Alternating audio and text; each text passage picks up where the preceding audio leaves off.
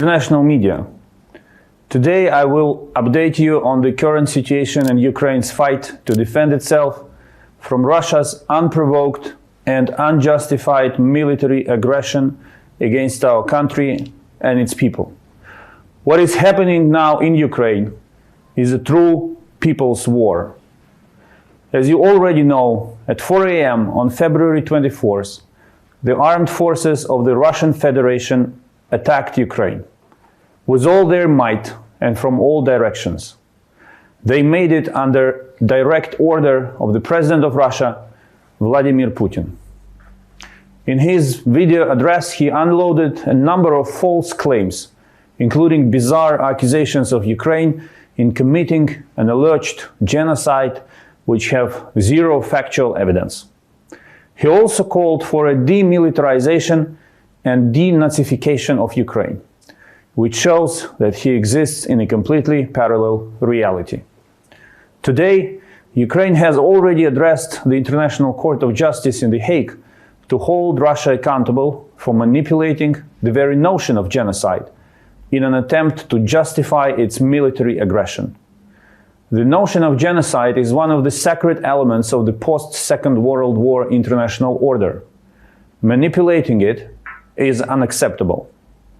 When we prove in The Hague that this pretext was a complete fake, we will prove that Russian aggression is unjustified and unprovoked.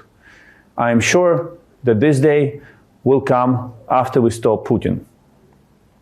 The Russian full-scale attack in the early hours of February 24th started, as I already said, in multiple directions simultaneously. In the east, in the occupied Donbas, from the south, in the occupied Crimea and Black Sea, from the northeast, and from the territory of Belarus. These included indiscriminate bombing of cities and towns with all types of rockets, cruise missiles, aviation, as well as crossing of ground forces into our territory. Multiple objects of critical infrastructure were damaged. Civilians have been killed and wounded in indiscriminate shelling since the first hours of the military aggression. Kiev was bombed heavily, which was the worst moment for Ukraine's capital since 1941, when it was bombed by Nazi Germany. And it's remarkable, I have to say, how President Putin's actions remind and follow the pattern of Adolf Hitler. I want to underline that since the very beginning of the territory of Belarus was used for the aggression. Right now, Ukrainian territory is being shelled not only from Russia, but also from the territory of Belarus. And Alexander Lukashenko may at any moment give an order to send in Belarusian army alongside the Russian army to the territory of Ukraine to kill Ukrainian men, women, elderly, and children. This is the risk, the threat that we have to take into account. For the fourth consecutive day, the Ukrainian armed forces, National Guard, National Police, units of territorial defense, and the entire defense forces of Ukraine resist and fight back Russian invaders. Ukraine's ability to resist has been extremely high and unexpectedly high for Putin. I want to stress that in the first 4 days of Russia's invasion, Russia has not achieved a single strategic goal. President Putin had planned to conduct a blitzkrieg operation to force Ukraine on its knees, break us down, make us retreat and capture our capital, Kyiv. None of this has happened. We are bleeding, but we are inflicting disastrous losses on the enemy.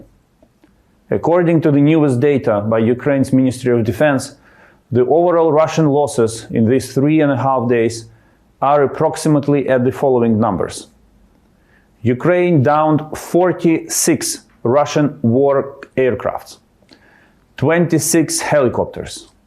We destroyed 146 tanks, 706 armored vehicles, 49 cannons, one missile complex book, the same one that was used to shut down MH17 flight in 2014 when Russia killed hundreds of innocent lives.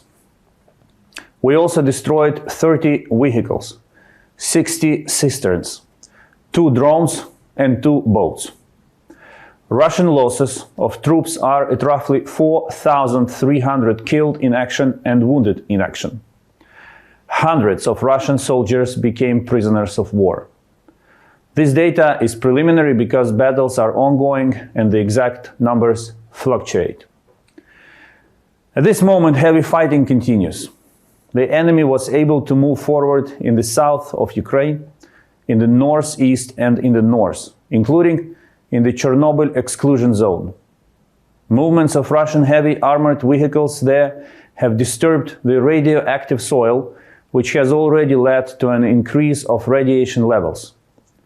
Russians maintain control over the confinement and the station itself, prohibiting due rotation of personnel.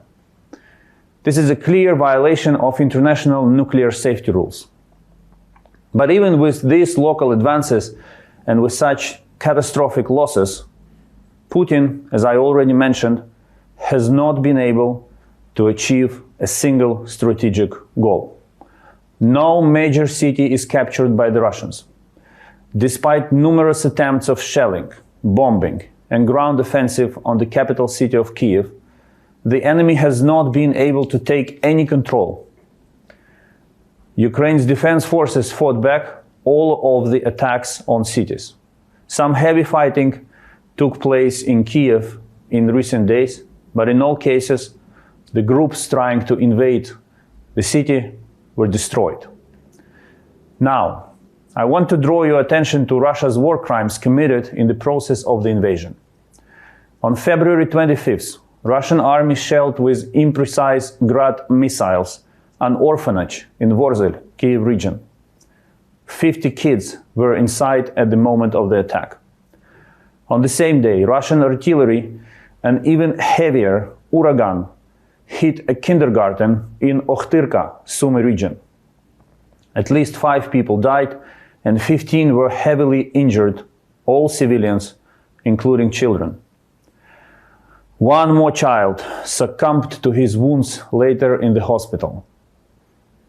In the morning on February 26, Russian invaders shot down an entire civilian family in Novakakhovka, Kherson region.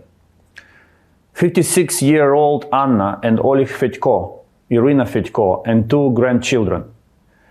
6-year-old Anna and 18-month-old Ivan are dead. Multiple civilian objects were hit, dozens of residential buildings in major cities. A multi-storage building in Kiev was hit with a cruise missile. Oil refinery in the city of Vasilkiv was hit this night, threatening an ecological catastrophe. These are only a few of hundreds of war crimes committed by Russia in Ukraine in the course of its blatant military aggression. I assure Russian war criminals that we will bring all of them to responsibility in international courts. You will face justice for what you did. No matter how much time and effort it takes us, we will not rest until all of the criminals responsible for the deaths of our men, women and children killed during these war crimes are put behind bars. Now, to the international reaction. First of all, I would like to thank from the bottom of my heart to the hundreds of millions of people abroad, Ukrainian communities and foreigners who demonstrated and continue to demonstrate their solidarity with Ukraine, demand their governments to act, donate money and provide other support to Ukraine's defense. We see you. We feel your support. Ukraine is not falling. We are bleeding, but we continue to successfully defend ourselves. So should you continue to do everything possible to help us win this fight. Those foreign individuals who have the will and ability to fight alongside Ukrainians against invaders are welcome to join the International Legion of the Territorial Defense of Ukraine. Please address Ukrainian embassies in your countries for further details. We have been working hard during these dark times to quickly consolidate a global anti-Putin coalition of states which support the free Ukraine and oppose Russian war criminals. At this moment, this coalition includes 84 states and 13 international organizations. Russia already faces massive isolation. I thank all countries which have already severed ties and cut any engagement with Russia on international and bilateral level. Putin has effectively closed the window to Europe, opened 300 years ago by his predecessor, Peter I. This is a turning point in the history of Russia, which will certainly plunge ordinary Russians into poverty and isolation, as well as may lead to the collapse of the Russian political system as such. Belarus will face similar consequences as an accomplice of the crime of aggression against Ukraine if it continues to provide its territory and, God forbid, its human resources to the Russian aggression against Ukraine. Governments around the world have already imposed massive costs on the Russian economy, elite and ordinary people. Sanctions hit Russia's biggest banks, its weapons industry, its largest energy company, and everyone close to Putin. Coalition of allies have also cut Russia off access to financial and economic tools, banning all operations, stopping the issuing of visas to Russians, and many other actions. I also welcome the creation of a special group to research Russian assets abroad. The list of actions is too long to name all now. However, and what I'm going to say is extremely important, I want to warn every government that might think now that after imposing these sanctions they can rest. Sanctions and actions must be elevated. The pressure must be elevated until Russia and its accomplice Belarus stop killing Ukrainians and bombing our cities, our men, women, and children. Until Russia entirely withdraws its forces from Ukraine and deoccupies our territories. This is the end goal of the anti-Putin coalition in the world. Unfortunately, there are no signs that Russia is ready to do it and to stop the war. Hence, I call on you to hit Russia more, hit Russia harder, hit Russia now. It's a matter of hours and not days to do this important, to make these important decisions and to make these steps.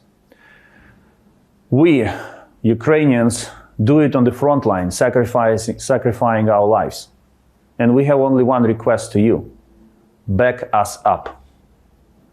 I want also to say a few separate words to those few European governments which are now trying to water down the sanctions packages, including the banning of Russia from SWIFT. And I will not be diplomatic. Some countries are trying to leave loopholes, exclude a number of banks so that they can apply some measures with their left hands and continue to trade with Russia with their right hands. Stop doing this now. Stop trading with the blood of Ukrainian men, women, and children. This is not a metaphor, but the reality of what you are doing. History will judge you, and your names will forever remain in history books as names of traitors of humanity who failed to oppose the aggressor in Europe at a crucial time. There are examples of such names in the 20th century. I am confident you do not want to add your names after a comma. It is critically important that Russia is disconnected from SWIFT on the fullest possible extent. All possible banks. Don't play political games and stop earning money soaked in our blood. Let's stop Putin. Let's stop the war. Let's restore the world order and the European order. And only then will you be able to restore at least some of the business connections with Russia. not to mention the political ones. The second most fundamental issue right now is global and severe sanctioning of the Central Bank of Russia. Once again, we demand and we need immediate steps to impose a full financial isolation of Russia from all civilized systems, applying to all Russian banks, including its central bank. Some actions were already taken, and we are deeply grateful to our partners for them, but they are not enough. Peace needs more. It's not us, Ukrainians, who need it. It's peace in Europe, it's the world order that needs more actions. We also demand to impose a full oil and gas embargo on Russia. These oil and gas now also contain Ukrainian blood. Anyone buying it has to be ashamed of doing so. I welcome the first decisive steps by a number of European countries in this regard and urge all anti-Putin coalition allies to proceed without delay with the strongest possible measures. I would like to thank all partners who have already provided Ukraine with weapons to defend itself from Russian invaders. We will never forget your help. Never forget your help at this dark moment. I urge all countries to provide Ukraine with more weapons, ammunition, supplies, equipment and fuel. We need weapons to fight, to defend our country. We specifically need anti-tank, anti-air, anti-missile weapons. We need more air-to-air and ground-to-air missiles to counter invaders. We need more drones, more vehicles, aircraft, artillery, guns, machine guns, ammunition, everything that can help us defend ourselves from Russia, from its armed aggression aimed at killing Ukrainians and destroying our country. It is obvious, I think everyone agrees now after this week, that the goal of Russia is to destroy Ukraine as a state, is to destroy Ukrainians as a nation. But we will not fall. We will not stop or get tired. This is people's war. It's not a war between one state and another. It's a war between President Putin and the people of Ukraine. We are determined to fight back fiercely as long as it is needed to defend our land and our people. We are determined to defeat Russia the same way as we defeated the previous monster in Europe 80 years ago. And I'm sure that we will prevail. Thank you for your attention. I stand ready to open your questions. And the first question comes from Alexander Stashevsky, the Associated Press, who asks, it's reported that Russian delegation is waiting for Ukrainian delegation to arrive for talks in Belarus. Could you confirm that Ukraine will participate in these talks? What will be conditions for peace settlement that Ukraine is ready to accept? Again, first, do not approach the talks from the perspective of what Ukraine is ready to accept. I would like to remind you that just a couple of days ago, when the war started, Russia was not interested in any talks at all.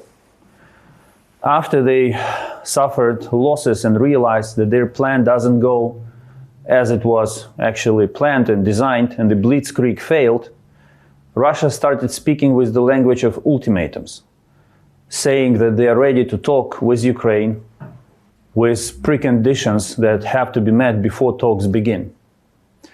As Russia continued to suffer, as Russian army experienced one defeat after another, the demands, the preconditions, the ultimatums by Russia were put aside, and now they convey the message to us that they just want to talk. So I think that the fact that Russia is ready to hold talks without any preconditions, without any ultimatums, without any demands addressed to Ukraine, is already a victory for Ukraine.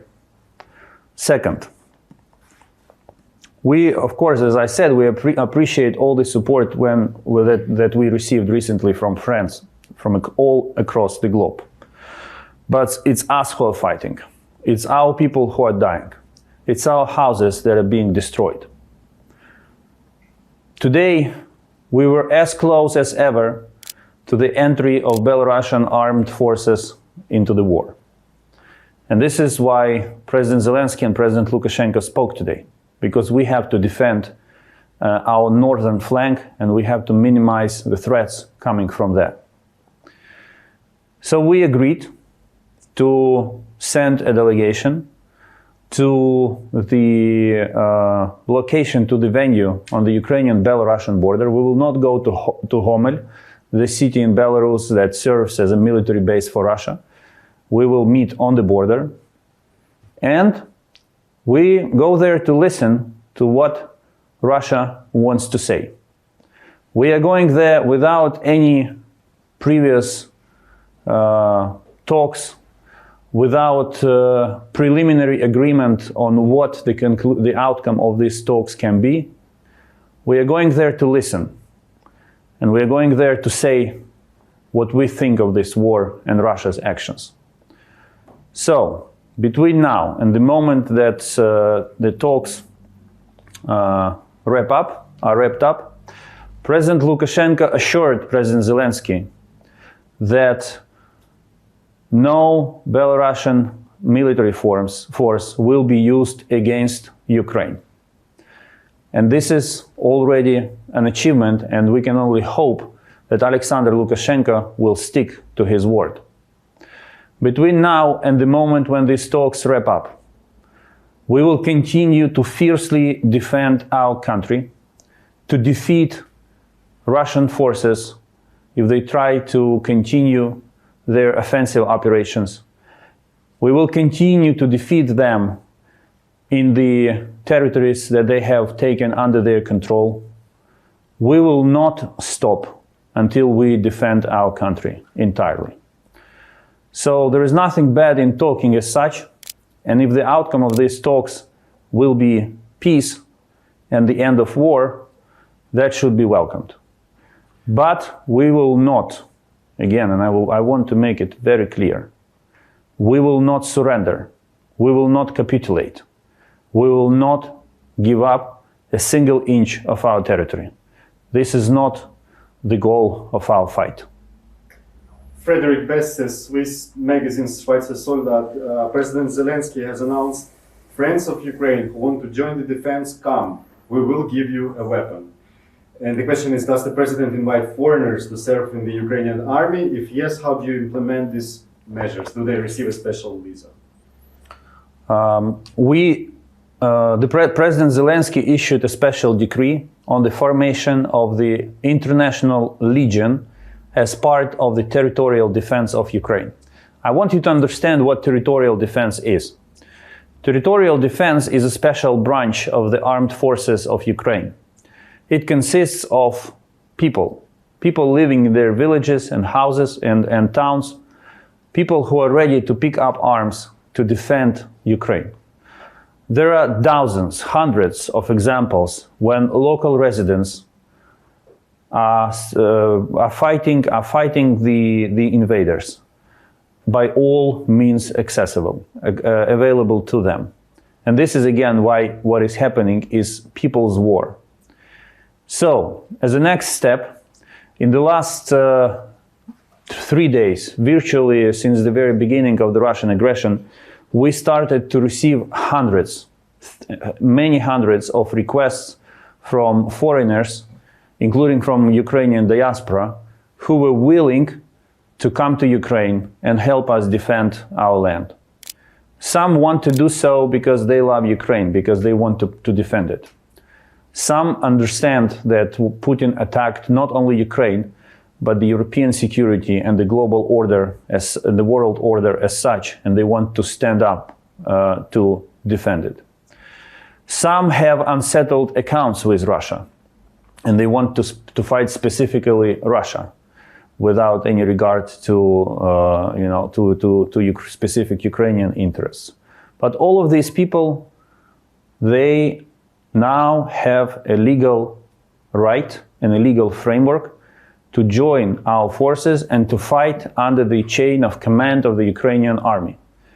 All of them are welcome. And every embassy of Ukraine, every consulate general of Ukraine is open to provide such people with all necessary information.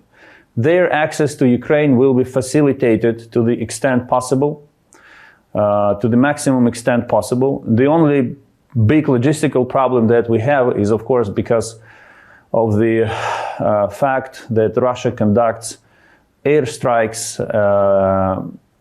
You cannot reach Ukraine by plane. You have to reach Ukraine by land. But we will be helping you. Come and fight if you're willing to do so. Salman Andari, Sky News Arabia. Putin has just ordered his strategic deterrence forces to a special mode. What does this mean to you, and do you expect this war to continue and things get more complicated? As you noticed, this order by President Putin came shortly after the announcement was made about 2 delegations ready to meet. And we see this announcement, this order, as an attempt to raise stakes and to put additional pressure on the Ukrainian delegation. But we will not give in to this pressure. We, as I said earlier, we will approach these talks with a very simple approach. We go there to listen what Russia has to say, and we will tell them what we think of all this. And what we are ready to discuss is how to stop the war and deoccupy our territories. Full stop. If the decision of, if the order of President Putin to put on high alert his nuclear weapons is a direct threat to use these nuclear weapons against Ukraine, then I have a very simple message. It will be a catastrophe for the world, but it will not break us down. Xavier Derala, civil media in Frontline, North Macedonia, and the question is, what is your message to the Russian human rights and peace activists? In the recent days, hundreds, if not thousands, of the Russians protested against the Putin's aggression against Ukraine. According to the information that we possess, even people belonging to the close circle of President Putin, they are against this war because they understand the detrimental, the damaging, the devastating consequences of this conflict for Russia itself. So far, he refuses to listen to them. He went completely mad with his obsession to destroy Ukraine, to deprive us of the right to exist. And all these human rights activists, all ordinary Russians who went out to the streets, they are the voice of sanity, the voice of reason that must be heard. Because it's them, in the end, it's them who will suffer the most from the devastating consequences of the war. So I can only call on the Russian government to finally listen to the voice of their own people and to start taking care of their problems. Start resolving internal domestic problems of Russia, and it has many of them, instead of attacking neighbors, instead of trying to destroy another nation. And I think the last one, Mohammed Mustafa Turkmen, Turkish Defense Agency. Did Turkey give arms support? Did they have an offer to do it? We enjoy excellent relations with Turkey. Our cooperation in defense sector has evolved in a very sustainable way for months and years. And we bought some weapons from Turkey. There are many, many issues where Turkey supports us, and we appreciate that support. Unlike many other countries, Turkey was working on us on defense before others joined this cause. And frankly speaking, yesterday Germany decided, just an example, yesterday Germany made a complete U-turn in its policy on supplying weapons to Ukraine. 5 days ago, German leadership was saying that Germany will not change its policy and will not be supplying weapons to Ukraine. Now they are doing it. This is appreciated. We appreciate this change of policy. But if they had done it before, months and years ago, we wouldn't have had this war. Ukrainians would not have paid with their lives, with their health, for the Russian aggression. Russian aggression against Ukraine that is taking place today is the result of many years of appeasement of Russia by many leaders, many European leaders. And now I'm happy that they opened eyes and they finally believed in what Ukraine has been telling them about Russia for the last 8 years. It's too late, but the change is welcome. We need now to receive all these weapons as soon as possible. Every hour counts. It's not a matter of our win or defeat. We will prevail. I'm absolutely confident in that because we stand for the right cause. It's a matter of how many lives will be saved. And we want to save as many of them as possible. Thank you. That exhausts questions, so we can finish. Thank you. I hope my briefing was helpful. We, the Foreign Ministry, stand ready to continue communicating with you through our press service and provide you with all relevant materials and background information. Please, one of the front line of this war is disinformation by Russia. Is the attempt of Russia to disseminate various fakes about Ukraine, various arguments to legitimize, to find an excuse for its war against Ukraine. Let's be clear, what's happening here is an aggression. The most obvious case of the aggression. And I deeply appreciate the role of the international media in exposing Russia's lies, in telling the truth about the fight of the Ukrainian people against the aggressor. Thank you for this.